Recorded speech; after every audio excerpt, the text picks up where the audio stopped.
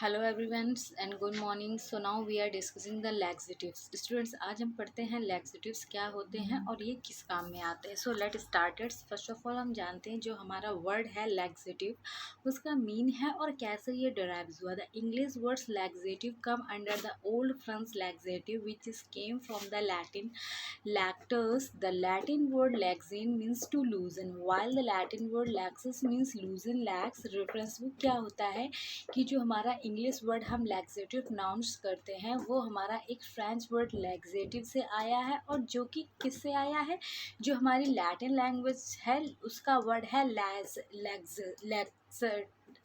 उससे हमारा वर्ड जो है डराइव्ड हुआ है लैक्सेटिव, लैक्टस वर्ड से। तो अब इस लैटिन वर्ड लैक्सेर का मीन होता है टू लूजन या टू लूज, किसी भी ऐसी चीज़ को लूज कर देना। दैट इसका मीन्स होता है लूज कर देना। सिंपल सा मीनिंग है कि जो हमारा लैक्सेटिव इंग्लिश वर्ड है वो हमारे लैटिन लैंग्वेज जो होती है उसमें लैक्सेटस वर्ड से डराइव्ड हुआ है और उसका लैक्सेर का सिंपल सा मीनिंग होता है टू लूजन आउट कर देना। सो फर्स्ट ऑफ ऑल जो हम अपनी लैक्सेटिव ड्रग्स हैं वो यूज़ करते हैं, वो हम कॉन्स्टिपेशन की प्रॉब्लम को ट्रीटमेंट करने के लिए यूज़ करते हैं। वैसे तो आपको पता ही होगा कि कॉन्स्टिपेशन क्या होता है और क्या प्रॉब्लम होती है। सो अब हम जस्ट इंट्रोडक्शन थोड़ा सा ये जान लेते हैं, क्योंकि अगर हमें पढ़ना है लैक्सेटिव के बारे में तो हमें कॉन्स्टिपेशन जानना ज़रूरी है ताकि हम इन चीज़ों को अच्छे से समझ पाएँ कि प्रॉब्लम क्या है और उसमें जो वर्ड जो हम ड्रग्स यूज़ कर रहे हैं वो किस तरीके से हमारे लिए हेल्पफुल होंगी, किस तरीके से उनका मैकेनिज़्म ऑफ एक्शन होगा और वो हमारी बॉडी में जाकर क्या इफ़ेक्ट करेंगी। तो चलिए जानते हैं कॉन्स्टिपेशन के बारे में कि कॉन्स्टिपेशन क्या है। Abnormally infrequent and difficult passage of the faeces through the bowel of the GIT track.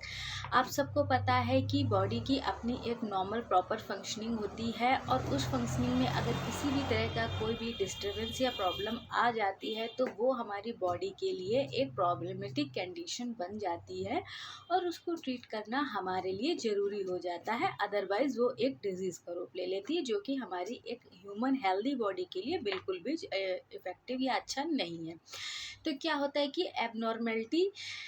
Abnormally infrequent difficult क्या होता है कि जो हमारे जीआईटी ट्रैक में हमारा फीकल मटेरियल का मूवमेंट होता है या पास करने का तरीका होता है उसमें किसी तरीके की डिफिशियंसी आ जाना या प्रॉब्लम आ जाना, उस फीसिस को थोड़ा सा स्लो हो जाना, पास करने में प्रॉब्लम होना, ये हमारा एक जो लक्षण है, जो सिम्टम्स है वो कॉन्स्टिपेशन की तरफ हमें दर्शाता है या दिखाता है। Symptoms not a disease. जो कॉन्स्टिपेशन है वो सिर्फ हमारा एक सिम्टम्स है, कोई बीमारी नहीं है।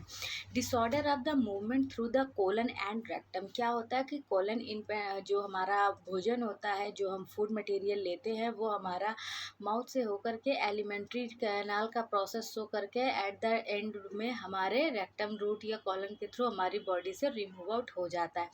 तो क्या होता है कि जो भी हम फूड लेते हैं वो पूरी तरीके से अच्छे से हम उसकी वो हमारी पूरी एलिमेंट्री कैनाल में मूवमेंट होता है, बहुत सारे उसमें जो न्यूट्रिएंट्स वगैरह होते हैं बॉडी उसे एब्जॉर्ब कर लेती है और जो लास्ट में फाइनली बिल्कुल एंड में वेस्ट प्रोडक्ट बचता है उसे body with the help of the elimination process rectum route के थ्रू बॉडी रिमूव आउट कर देती है। तो हमारा जो कॉन्स्टिपेशन में क्या होता है, डिसऑर्डर ऑफ द मूवमेंट, जो हमारा कोलन या रेक्टम में डिसऑर्डर हो जाता है, उसके मूवमेंट में जो प्रॉब्लम आ जाती है उसे ही हम बोलते हैं कॉन्स्टिपेशन, ताकि जो हमारा रेक्टम एंड कोलन के पार्ट हैं वो बॉडी से रिमूव आउट करने में हमारे वेस्ट के लिए सही से काम नहीं कर पा रहे होते। Can be caused by the variety of a diseases of a drug. अब जो कॉन्स्टिपेशन का प्रॉब्लम है वो बहुत सारे रीज़न से जो है वो हमें हो सकता है। कभी कभी कुछ डिजीज़ भी उसके लिए रिस्पॉन्सिबल होती हैं, तो कभी कभी कुछ ऐसी ड्रग्स भी होती हैं जो हमारी बॉडी में जा करके हमारी जीआईटी में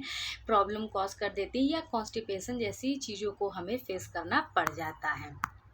सिंपल उसमें कहें तो constipation generally is define the infrequent and order unsatisfactory defecation and the fewer than the 3 times per week. Constipation generally एक वो समस्या है जिसमें हमारा इनफ्रिक्वेंट या unsatisfactory defecation of the fewer, मतलब कि वीकली में अगर हम देखें 2 या 3 बार अगर हमें से अनसेटिस्फैक्ट्री डेफिकेशन हमारी बॉडी से होता है, यानी कि जो भी फीकल मटेरियल या वेस्ट प्रोडक्ट हमारी बॉडी का है वो आसानी से बाहर यदि नहीं जा पा रहा है तो पूरी तरीके से हमें बॉडी के फ्रेशनेस सी फील नहीं होगी, और कहीं ना कहीं इस चीज़ का असर हमारे पूरी डे टू डे लाइफ में रूटीन में पड़ता है। तो उसे ही हम बोलते हैं कॉन्स्टिपेशन का प्रॉब्लम। पेशेंट में भी define the constipation as passing the hard stool. कुछ पेशेंट क्या मतलब, ऑब्वियसली जो भी हमारे कॉन्स्टिपेशन के पेशेंट जो भी होते हैं उनमें ये देखा गया है कि जो हमारा स्टूल होता है वो हार्ड हो जाता है, उसमें वाटर का कंटेंट जो है वो कम हो जाता है। जब स्टूल हार्ड हो जाएगा तो उसे बॉडी से रिमूव आउट होने में या हमारे रेक्टम से रिलीज होने में काफ़ी सारी प्रॉब्लम को फेस करना पड़ सकता है, ड्यू टू हार्डनेस के कारण उसमें सफिशिएंट अमाउंट में वाटर नहीं होता है। तो कहीं ना कहीं ये प्रोसेस जो हमारा एलिमिनेशन का होता है वो पेनफुल भी हो सकता है और बॉडी से पूरी तरीके से रिमूव आउट नहीं होता है। तो ये सिचुएशन जो होती है उसे हम बोलते हैं कॉन्स्टिपेशन। अब जो हमारे लैक्सेटिव कैटेगरी की ड्रग्स हम यूज़ करते हैं वो बेसिकली कॉन्स्टिपेशन की प्रॉब्लम को ट्रीटमेंट करने के लिए ही यूज़ करते हैं। अब बहुत सारे ऐसे रीजंस होते हैं जो कि हमारी बॉडी में कॉन्स्टिपेशन को कॉज करते हैं, जैसे कि डाइट। अगर आप फाइबर युक्त डाइट नहीं लेते हैं, कोई ऐसी डाइट नहीं लेते हैं जिसमें प्रॉपर मात्रा में फाइबर प्रेजेंट है, तो वो कहीं ना कहीं आपकी कॉन्स्टिपेशन के प्रॉब्लम को बढ़ा देगी। लैक ऑफ एक्सरसाइज, वो लोग जो कि फिजिकल एक्टिविटीज़ में उतना पार्टिसिपेट नहीं करते हैं या फिर वो अपनी फिजिकल एक्टिविटी पे ज़्यादा फोकस नहीं कर पाते या फिर उनका कुछ ऐसा काम है कि वो कम से कम फिजिकल एक्टिविटी करते हैं, तो उस केस में भी हमें कॉन्स्टिपेशन की समस्या को देखने को मिल सकता है। बहुत सारे एज के फैक्टर्स भी हो सकते हैं। इरेगुलर बोवल हैबिट्स, जो हमारी बॉडी का बोवल मूवमेंट है वो किसी बैड हैबिट की वजह से उसमें अगर इरेगुलरिटीज़ आ जाए, ड्रग इंड्यूस या फिर कोई भी ऐसी ड्रग जो कि हमारी बॉडी में जा करके हमारे बोवल मूवमेंट को या पेरिस्टैटिक मूवमेंट को घटा रही हैं या कम कर रही हैं, डिजीज स्टेट कंडीशन या फिर हमारी कोई ऐसी बॉडी में डिजीज़ है जो कहीं ना कहीं हमारी इन सब कॉन्स्टिपेशन की प्रॉब्लम के लिए रिस्पॉन्सिबल है या उसकी वजह से हो रहा है। Sigmoid spasm and sigmoid of the colon, जो हमारा कॉलन है उसमें हमारा कोई स्पाज्म हो गया है या फिर कोई भी ऐसा डिसफंक्शन हो गया है, तो these are the various type of a reason, due to इन रीज़न से हमें कॉन्स्टिपेशन की प्रॉब्लम जो है वो कॉज हो सकती है। अब जो हम अपने लैक्सेटिव ड्रग्स यूज़ करते हैं, अब इनके ट्रीटमेंट के लिए यूज़ करते हैं कि जो भी चीज़ों की वजह से हमें प्रॉब्लम आ रही हैं, समस्याएँ आ रही हैं, वो हम ट्रीट कर सकें और हमारी बॉडी से जो कॉन्स्टिपेशन की समस्या है वो कम हो सके, ख़त्म हो सके। दैट मीन्स कि जो हमारा स्टूल हार्ड हो गया था वो लूजन हो जाए, सॉफ्टर हो जाए, थोड़ा सा लिक्विफाई हो जाए और ईजिली तरीके से हमारी बॉडी उसे एलिमिनेट कर पाए। तो जो भी हम अपनी लैक्सेटिव कैटेगरी की ड्रग्स लेते हैं वो क्या करती हैं, उनका मैकेनिज्म ऑफ एक्शन क्या होता है, वो बल्क फॉर्मिंग होती हैं, इमोलिएंट होती हैं, हाइपर ऑस्मोटिक होती हैं, सलाइन एंड स्टिमुलेंट होते हैं। अब बारी बारी से हम जानेंगे कि बल्क फॉर्मिंग एजेंट्स वो क्या करते हैं, इमोलिएंट प्रॉपर्टीज़ जो हैं वो क्या करती हैं।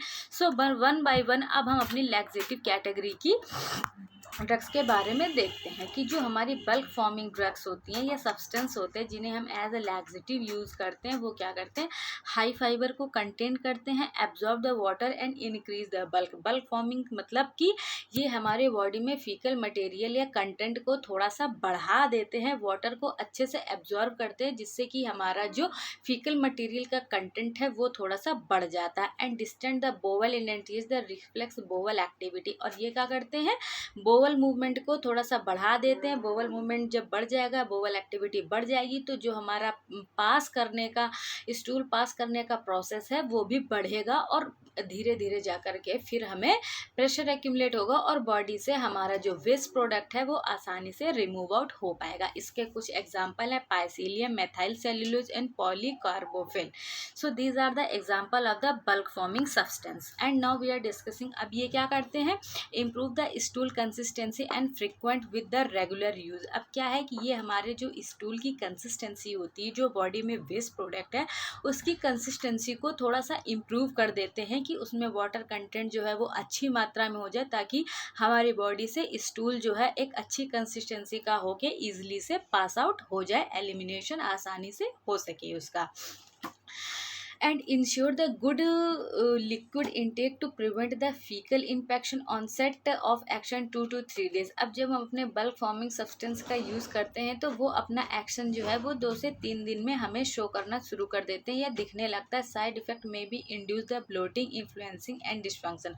इसके कुछ साइड इफेक्ट्स भी होते हैं जैसे ब्लोटिंग या फिर फ्लैटुलेंसेंस या डिस्टेंशन की कंडीशन को हमें फेस करना पड़ सकता है। अब जो हम अपनी, ये तो थी हमने बल्क फॉर्मिंग एजेंट की बात की कि बल्क फॉर्मिंग एजेंट अगर हम एज ए लैक्सेटिव यूज़ कर रहे हैं तो क्या है। अब हम देखते हैं अपनी इमोलिएंट। इमोलिएंट का मतलब ही आपको समझ में आ रहा होगा कि किसी चीज़ में एक स्मूथनेस प्रोवाइड करना होता है या उसमें लुब्रिकेशन प्रोवाइड करना होता है। तो इमोलिएंट प्रॉपर्टीज़ क्या होती है, कोई भी अगर हम अपनी लैक्सेटिव ड्रग यूज़ कर रहे हैं जो हमें इमोलिएंट प्रॉपर्टी दे रही है तो वो क्या करती है, स्टूल सॉफ्टनर एंड लुब्रिकेंट। जो हमारा स्टूल है वो अगर हार्ड हो गया है, उसे पास होने में दिक्कत हो रही थी, तो वो स्टूल को जा कर के सॉफ्ट कर देता है। मतलब कि उसमें वाटर का कंटेंट अच्छी मात्रा में आ जाता है और उसे एक लुब्रिकेशन प्रोवाइड करता है। जब स्टूल सॉफ्ट हो जाएगा एंड उसमें लुब्रिकेशन आ जाएगा तो वो हमारी बॉडी से अच्छे से पास आउट हो सकेगा बिना किसी प्रॉब्लम एंड पेनफुल कंडीशन के। Promote to the more water fat in a stool. अब ये क्या करता है कि हमारा जो फीकल मटेरियल है उसमें वाटर के कंटेंट को एंड फैट को थोड़ा सा बढ़ा देता है। जब फैट को बढ़ा देता है तो उसमें जो है लुब्रिकेशन का प्रोसेस मतलब लुब्रिकेशन जो है हमारे स्टूल को मिल जाता है। Lubricate can the faecal material L intestinal wall. अब जो लुब्रिकेशन हमारे फीकल मटेरियल को मिलता है तो हमारी जो इंटेस्टाइनल वॉल से हो करके जो हमारा फीकल मटेरियल निकल रहा है उसमें लुब्रिकेशन होता है और वो ईजिली तरीके से बॉडी से हमारे इंटेस्टाइन से निकलता है और ईजिली तरीके से रिमूव आउट होने में हमारी हेल्प करता है। सो अब इसके कुछ स्टूल सॉफ्टनर के एग्जांपल्स हमारे हो गए जैसे कोलैक एंड सरफेक्ट। एंड लुब्रिकेंट्स में हमारे मिनरल्स ऑयल होते हैं। कई सारे ऐसे ऑयल्स हैं जैसे कैस्टर ऑयल वगैरह भी है जो कि हम अपने कॉन्स्टिपेशन के प्रॉब्लम को ट्रीटमेंट करने के लिए यूज़ करते हैं और ये हमारे स्टूल को एक softener and lubricant effect provide करते हैं ताकि हमारा जो स्टूल है हार्ड हो गया था वो सॉफ्ट एंड लुब्रिकेट हो करके अच्छे से हमारी बॉडी से रिमूव आउट हो जाए और इंटेस्टाइन में हमें कोई प्रॉब्लम ना हो।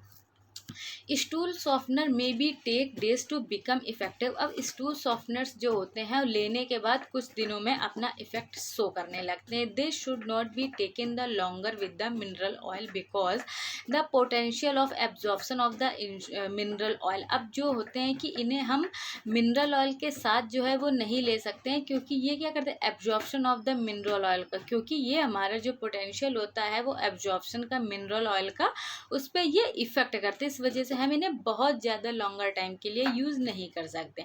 Lubricant laxative include the mineral oil and glycerine suppository. अब जो हमारे लुब्रिकेंट्स लैक्सेटिव्स होते हैं वो क्या इंक्लूड करते हैं, mineral oil, glycerine and suppositories.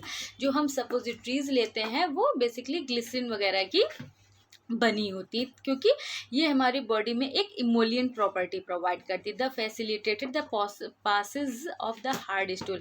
अब ये क्या करती है कि जो हमारा हार्ड स्टूल था वो सॉफ्ट हो जाएगा और इजीली तरीके से हमारी बॉडी से रिमूव आउट हो सकेगा। Mineral oil should be taken the orally. अब जो मिनरल ऑयल्स होते हैं जो कि एज हमें इमोलिएंट प्रॉपर्टी प्रोवाइड करते हैं उन्हें हम ओरली ले सकते हैं। The position to avoid the aspiration potential and liquid and lipid phenomena. और ये हमारी बॉडी को एक लिक्विफिकेशन कर हमारी बॉडी में नहीं, हमारे स्टूल में थोड़ी सी लिक्विफाई कर देते हैं, वाटर का कंटेंट को ठीक कर देते हैं, स्टूल को सॉफ्ट कर देते हैं और हमें लुब्रिकेशन प्रोवाइड करते हैं ताकि हमारा जो स्टूल है वो हमारी कॉलन से, इंटेस्टाइन से और रेक्टल रीजन से आसानी से पास आउट हो सके और पेशेंट को किसी तरीके की कोई प्रॉब्लम ना हो। सो स्टूडेंट्स, ये हमने 2 प्रॉपर्टीज़ अभी इसकी पढ़ ली, emollient and bulk forming substance. ये था पार्ट 1 और पूरा वीडियोस देखने के लिए अब हम मिलेंगे नेक्स्ट पार्ट मतलब लैक्सेटिव पार्ट 2 में। So must watch the part 2 आपके पूरे उसके लिए। I hope you are understood well laxative part 1। So thank you class.